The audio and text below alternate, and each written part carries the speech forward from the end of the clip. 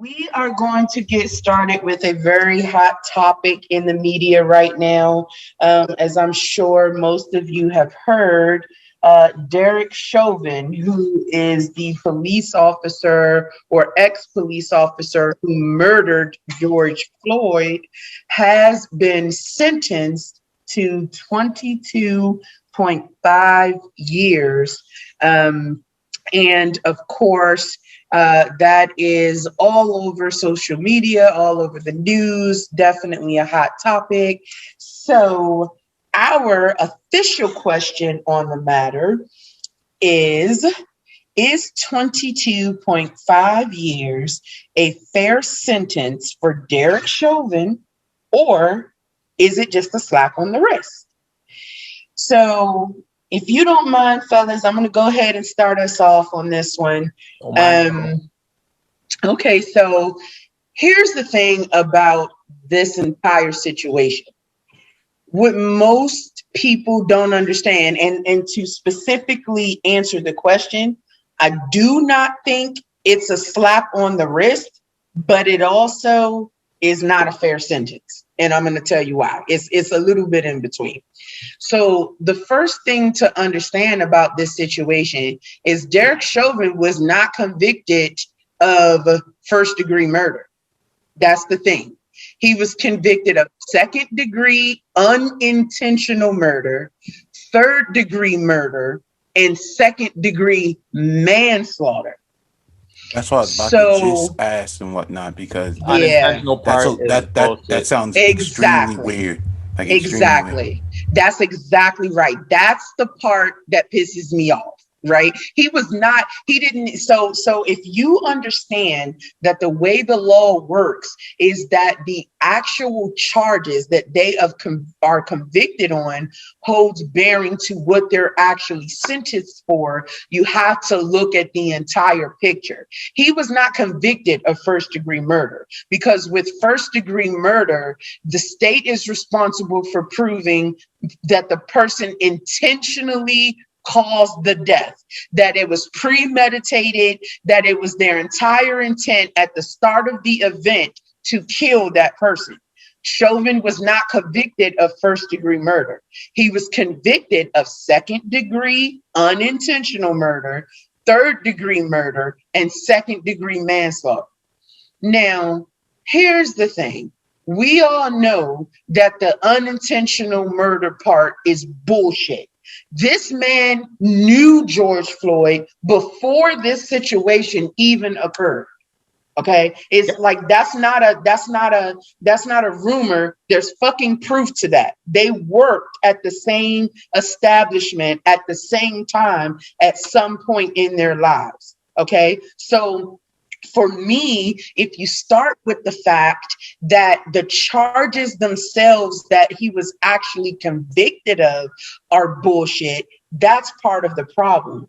But you have to look at the overall picture. If they had have attempted to go for first degree murder, he probably would have walked on that charge. Because with first degree murder, the state has to be able to prove without any doubt that the person premeditatedly decided to kill this person. Them two knowing each other is not enough to say that. So now when you go back to what he was actually sentenced, okay, the 22.5 years, it is actually a larger amount than what is associated to these charges. In other words, I'm going to read you a sliver of the article directly from CNN about the charges. And it says, under Minnesota law, Chauvin will have to serve 2/3 of his sentence, or 15 years, and then he will be eligible for supervised release for the remaining 7.5 years, which is bullshit. But the sentence exceeds the Minnesota sentencing guideline range of 10 years and 8 months to 15 years for these crimes. So in reality, based on Minnesota law, The judge gave him more than the recommended range for the charges that he were actually found guilty of. So this makes this a not so cut and dry situation.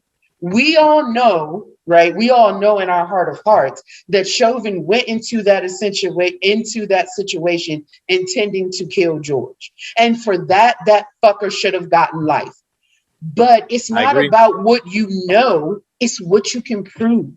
And in the court of law, when you're dealing with a situation like this, where you're already dealing with a jury who had information prior to the case, right? Because it took some time for the charges to be brought. So there was no way that you could have a jury that wasn't privy to the information in some way. When you're looking at the prosecutor's approach here, and this is something that I'm fairly familiar with. I've been a legal assistant, as you both know. I actually wanted to become a lawyer. Understanding the way that the law actually works, especially if you're trying to secure a conviction, I understand why they went for these charges. Now, the problem is, obviously, that directly conflicts with what we know, right? We fucking know Chauvin intended to kill George Floyd.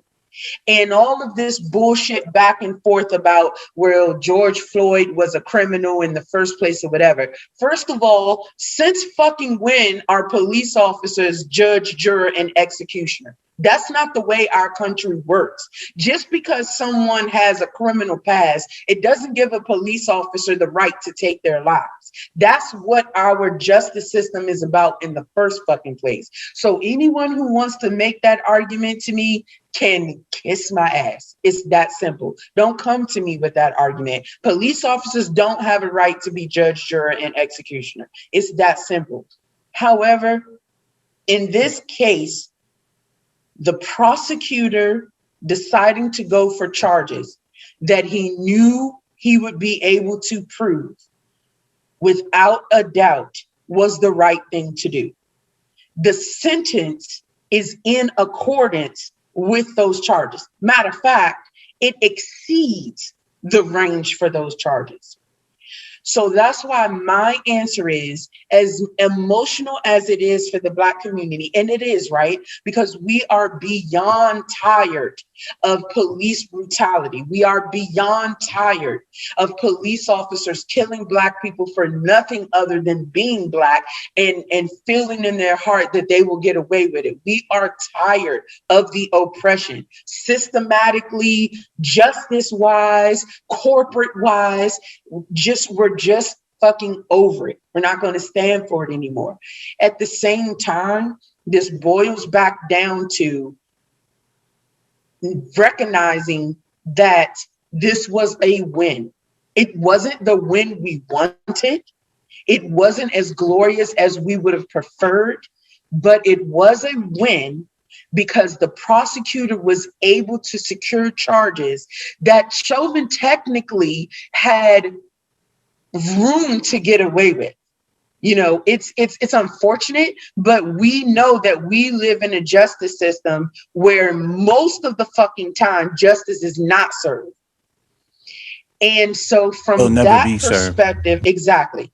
From that perspective, that's why I say the answer to our question of is 22.5 years a fair sentence for Derek Chauvin, or is it just a slap on the wrist, is that it's somewhere in between. It is, to a small extent, a sliver of justice, but it is also obviously and blatantly a reflection of just how unbalanced our justice system really is, because what we know to be truth, that Derek Chauvin most certainly intended to kill him, is not what we can prove.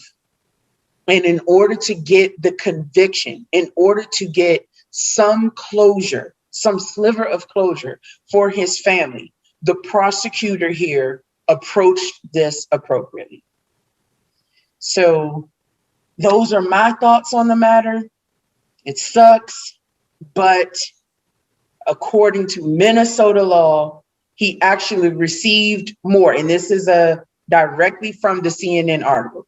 The sentence exceeds the Minnesota sentencing guideline range of 10 years and 8 months to 15 years for the crime.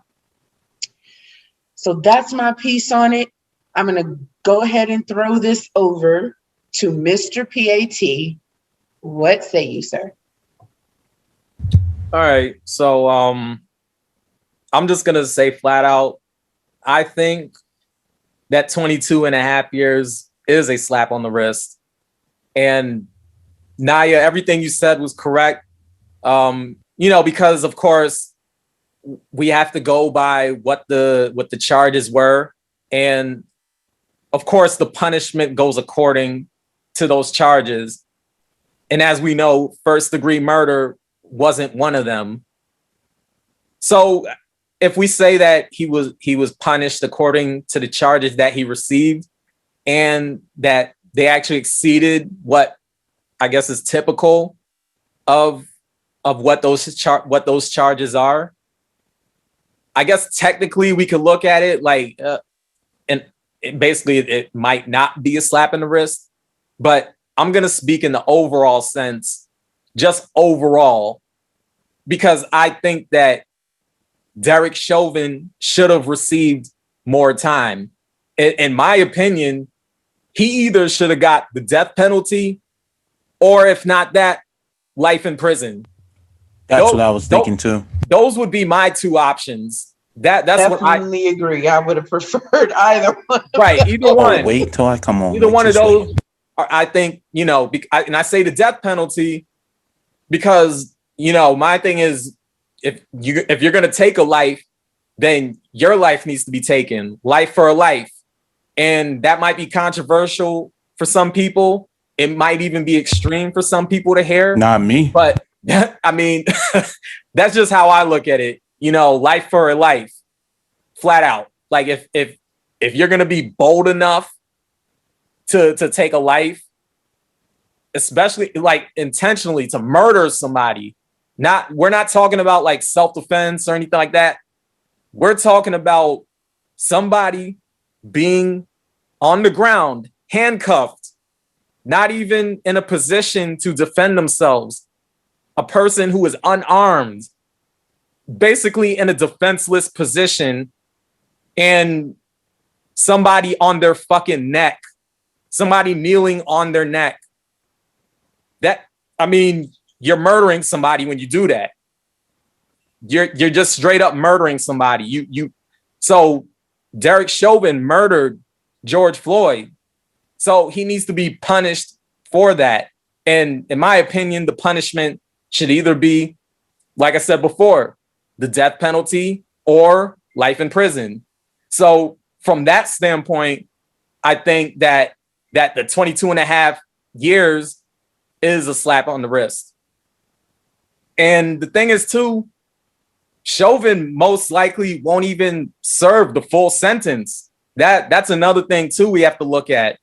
Because there's already talk about the sentence possibly being reduced to 15 years. So you're absolutely correct on that. Right. So the 22 and a half years is just, okay, that's the sentence that he was given. But let's be real. He still has an opening to do less time. Mm-hmm. And within 15 years, he's back out there. He's back, in civilized society.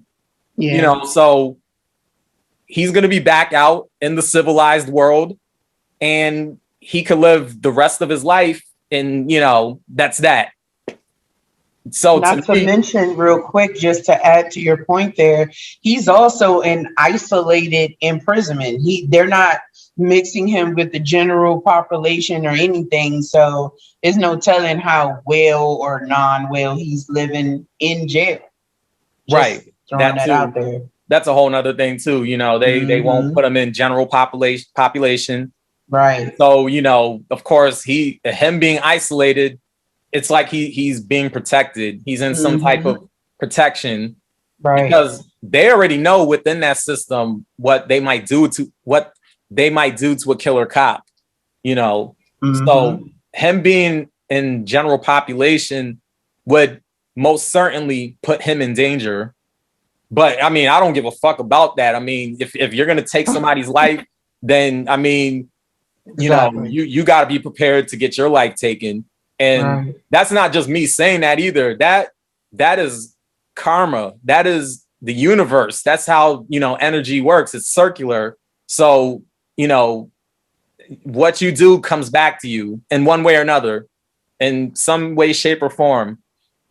But anyway, I think it's interesting how the process plays out when it comes to white officers who kill unarmed victims, as opposed to when a black officer kills an unarmed victim. Because if you look at the case with Mohammed Noir is a black man who killed Justine Damon Rusick or Rusick. I want to make sure I'm saying it right, because you see it on different sites. The name's a little different. Justine Rusick, a white woman. He killed her while he was on duty. Now, the thing is, Mohammed Noir killed her by accident, and Derek Chauvin murdered George Floyd on purpose. Yet, Mohammed Noir was sentenced to 12 and a half years in prison and was recently denied appeal for the third degree murder conviction. To my knowledge, there wasn't any footage of Mohammed Noir killing Justine. However, we know there is absolute footage of Chauvin murdering George Floyd. Both incidents involving Mohammed Noir and Derek Chauvin were in Minneapolis. The fact that there even had to be a debate of whether George Floyd was murdered or not says a lot to me. I mean, you have people out there, and Naya, you pretty much touched on it, but you know, you have people out there blaming George Floyd for his own death. Not that it's surprising, because regardless of reality, you always have people who will engage in gaslighting. It's basically, yeah, we saw the video where, you know, Derek Chauvin kneeled on George Floyd's neck and stopped him from breathing. But, you know, you really didn't see that. You know, it was just George Floyd, you know, he was on drugs and, you know, whatever else.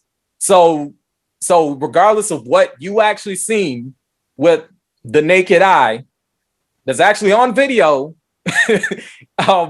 you know, there's always people out there who are going to blame the victim, especially the black victim. They blame the black victim. You know, they always put the black victim on trial, even though the black victim is not here to defend themselves. I mean, George Floyd's questionable past, honestly, it's irrelevant and should have remained that way throughout the case. Because the fact of the matter is, he's not here to defend himself.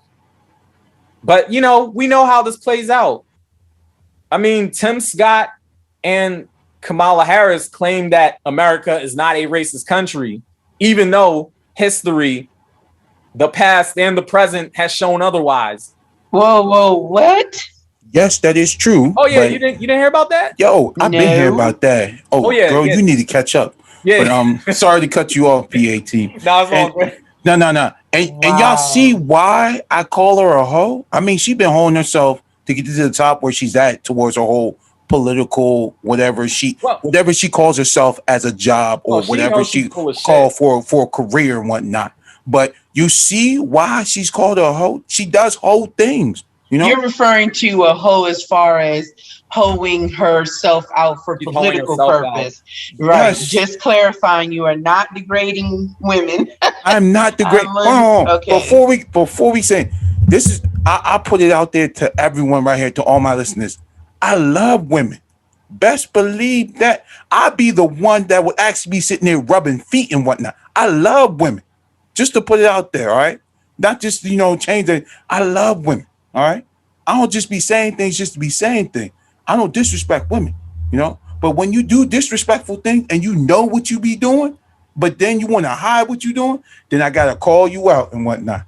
And that's what I'm doing with Kamala Harris. I'm calling you out. So Because a lot of people like be calling you out, but I'm calling you out and whatnot. Pat said a political hoe. Or a political hoe. That's what I think I need to start saying. She's a political hoe. So we can put the word political to it, because that's the type of work she does and whatnot. I mean, I think that's fair. Yeah, that's fair enough. Right. Fair enough. So all the strippers out there and whatnot, I'm not calling y'all hoes. Y'all entertainers. Y'all work very hard for your money. Best believe that. All right. Just putting it out there. But I'm gonna let PAT continue. But my bad. Yes, sir. But yeah, but yeah, Tim Scott, and actually he was the first one. And we won't go too deep into that, because that right there is that's like a whole nother episode. But this was like, a month or so ago. When he said this, he said that America is not a racist country.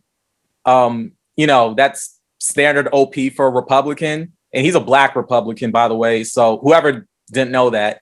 So he would say something like that. These well-trained, good pet Negroes would say that. So that didn't shock me. But, Kamala Harris, she said the same thing. And that didn't shock me either, even though, she's on the liberal side of the equation, the quote unquote left wing part of it. Of course, she would acknowledge that there is racism, because she said that, but overall she claims that America is not a racist country. So, she was taking control of both sides of the argument. So overall, they said that America is not a racist country. But like I said, history basically debunks that, so, I mean, we know they're full of shit. So look at how the media, as well as the general public, puts black victims on trial for their own murder. That right there already shows the racism, if we want to go there. So it's easy for myself and others to look at this weak ass sentence that Derek Chauvin got and say that it is a slap on the wrist. The fact is, white people generally don't get punished as harshly as black people for the same crimes. Agreed. Black people make up about 14% of the US population, yet the prison system is disproportionately filled with black people and black men, most of all.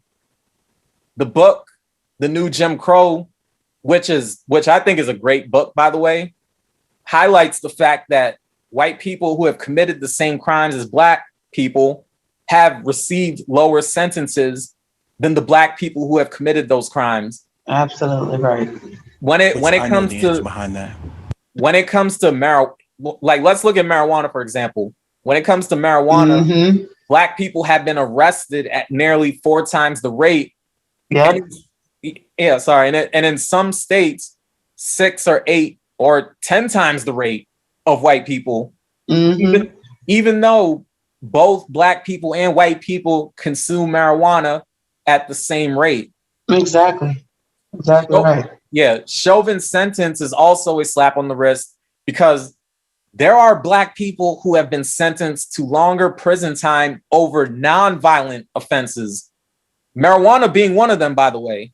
Right. Yeah, absolutely. And they're making all this money off of it now, and they still got people who have marijuana charges or are sitting in jail as we speak on those charges, while that same state is legalizing it. That's bullshit. Right. Yep. Exactly. You got some of these white folks who are gonna basically make a killing off this marijuana industry. They're getting licenses and all this other stuff. And black people are, just like you said, they're still in prison for past marijuana charges. Of course, when it was illegal, so there's that. So yeah, like I said, there are black people who are sentenced to longer prison time over non-violent offenses. What's crazy is that George Floyd's murder is what set the world on fire with protests back in 2020. Look at it this way. We had global protests against racial injustice, yet the conclusion was a racist cop being given a really weak sentence. Justice as usual has not been served. get to the black victim's family. George Floyd's family won't ever be able to see him again. Yet Derek Chauvin will go to prison and most likely come back out alive and still be able to live out the rest of his life. Derek Chauvin's mother, who spoke in defense of him, spoke like her son is a good person. It's typical Karen behavior, if you ask me. We talk about the white men who commit these racist acts, but we also have to look at who gave birth to these men. If Derek Chauvin was a quote unquote good man, he wouldn't have did what he did back in May 2020. If we believe this statement that not all cops are bad, then where the fuck are the good cops to stop bad cops? Let's just go back. Got good Hennessy rates. Right. They go they trying to make sure they don't get them Hennessy rates. But yeah, once we look at the what happened to George Floyd, there were 3 other cops who aided and abetted Derek Chauvin. I mean, we could go on, but the fact remains that dude most certainly, in my opinion, received a slap on the wrist. No, it was not a fair sentence. I don't think it was a fair sentence. I mean, yeah, we could go by what the charges are and I guess what the guidelines are. But, I say fuck that because as I've stated before, there are black people in prison right now for non-violent offenses. They're doing longer prison time for non-violent offenses. So where were those? What are those guidelines? We could be here forever trying to figure that out. But that's just the reality. Like I said before, my response would either be he needs the death penalty or life in prison. Either one of those, to me, would have been I guess we could say, fair sentence. That's just how I look at it. Yes, sir. Yes, sir. Definitely agree with you on your points there. Thank you for sharing. No doubt. Mr. Eman, go ahead and wrap us up on the subject, sir. Thank you. So, you know how I do, when I wrap up, I got to put it in with a bang. So before I get it in, I'm still pushing my movement. So it's the no safe holes movement. I'm still pushing that movement, just letting everybody know out there. And I'm also still pushing for the no panties and bras 20 and 21 beyond. Lord have mercy. I'm just letting everybody know that I'm still pushing those 2 campaigns out here. You know what I'm saying? Yeah. Well, I'm still pushing them. That's all I'm saying. All right. So I like how, when I get to finish, I like that when I end, I got to end it out. I mean, oh my goodness. But I got to end it off with a bang. All right. So I'm going to just leave it at this. You guys said really good points. I'm not going to take anything from that. But just like PAT said, he would prefer, life in prison and, the death penalty. For me, definitely the death penalty. And to really be honest, if they would have done the death penalty, I would say, call me and everything and toss me the rope. I would hang on myself outside by the tree. And, we could have ended it from there, to be honest. Yeah. My guy said hang him himself. Yeah, I hang him myself and whatnot, Wow. In the 40s and 50s, they were just lynching us like how you write your name on a piece of paper. It was that easy. So, matter of fact, you say, death penalty, I'll be like, all right, cool. I was like, you already called it already. He don't need nothing. He don't need a final meal and anything. Hand me the rope. I'll take it out back. And then you guys can have the conversation later. We can keep it as that real as it is, because supposedly, they say lynching didn't happen. They say a lot of things didn't happen. That's how, this justice system works. You see it, they'd be like, oh no, you didn't see it. That's just like, it wasn't there. It wasn't just there. It's not there at all. Well, the way, not to cut you off, but the way some people talk, and even Miss Candace Owens said this shit, but they talk about how it didn't happen that often. And when I hear that, I'm just like, who gives a fuck? The fact of the matter is, it happened. I mean, who gives a fuck if it was 3 times, 4 times? I mean, even if it was 1 time, the shit happened, you know? So, but yeah, there's people who do try to minimize it, you know? There's people who minimize it. And that's the same point that I'm trying to get, you know? Y'all want to sit here and be like, oops, it didn't happen. So now this whole, you know, George Floyd thing happened. And like I said, in the whole, was it the Juneteenth one? Or when I said it in the critical race theory, simple fact is that, you only want a little bit of chaos, but they can't handle mayhem, you know? So because they locked us all up in the house for like 4 months during this little somewhat pandemic, and this thing, and this thing happened. So I think they're, in my eyes, owing everyone a favor and be like, we got to sentence this dude and whatnot. We just got to, and to make it much easier, we're just going to go give him the sentence that, it exceeds over Minnesota, limit and whatnot, because all 50 states have all different laws and they all move differently. So sometimes certain laws weigh more in one state versus others. And, I don't care if, the judge gave him more than what it was intended.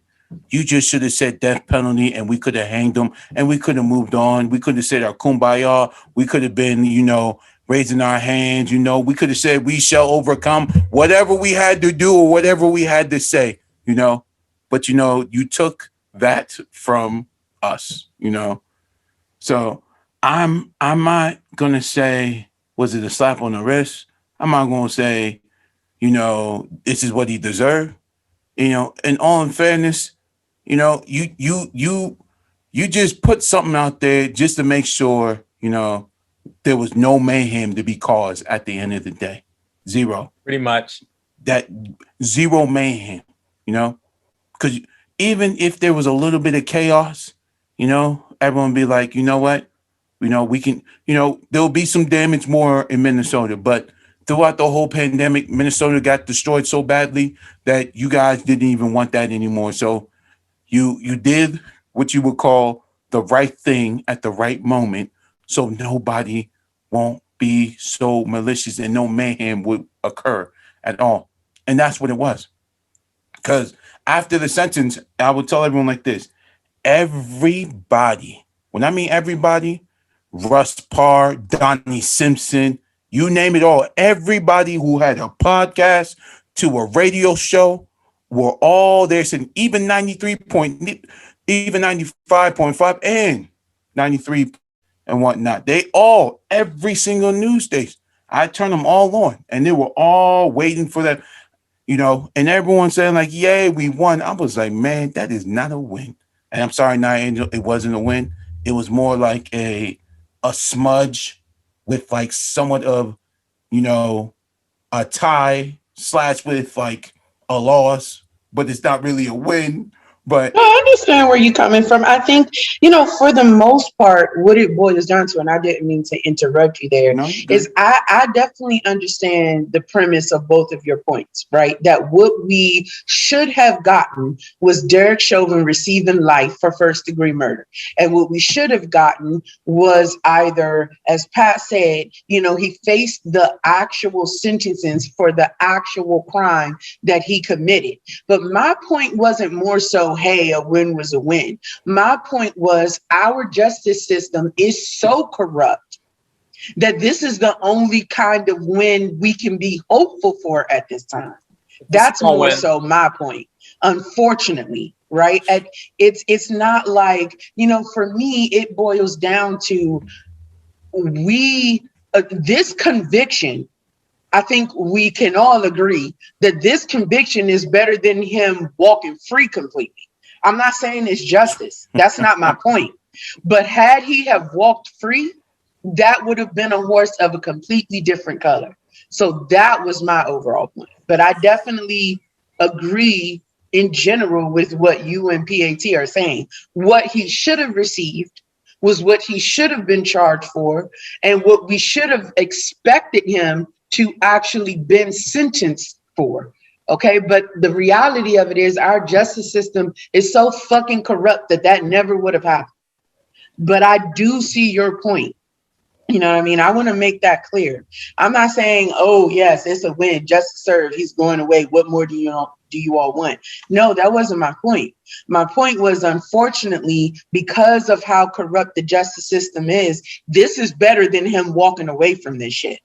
That's essentially my point. Well, I'll tell you like this. If he walked, I feel like mayhem would have happened. Totally agree. Oh, anarchy. Yeah, absolutely. Complete anarchy. Absolutely. They couldn't afford that. They couldn't do that. No, nope. They couldn't. I can probably see the judge. He probably looked at the jury and he was like, "Damn, we gotta actually convict this nigga. Like, we actually gotta do it." You know, I feel like that was going on. They was like, "I actually have to do this." And I know he probably walked away and was like, "Damn, man, how you fucked up? You can't be doing shit like this. I would have gotten your back, but this time, you know what? I gotta get you for this one." But you know what's so crazy? You know what's so crazy about this whole situation?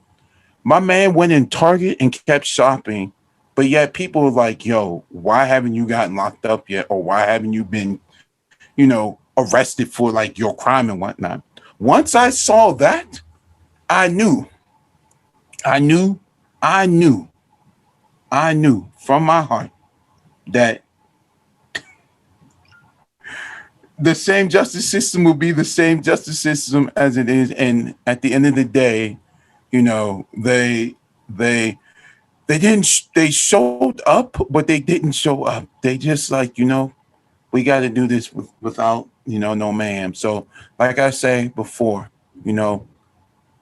they can only give us a little chaos, but they won't give us mayhem because they don't know how to control mayhem.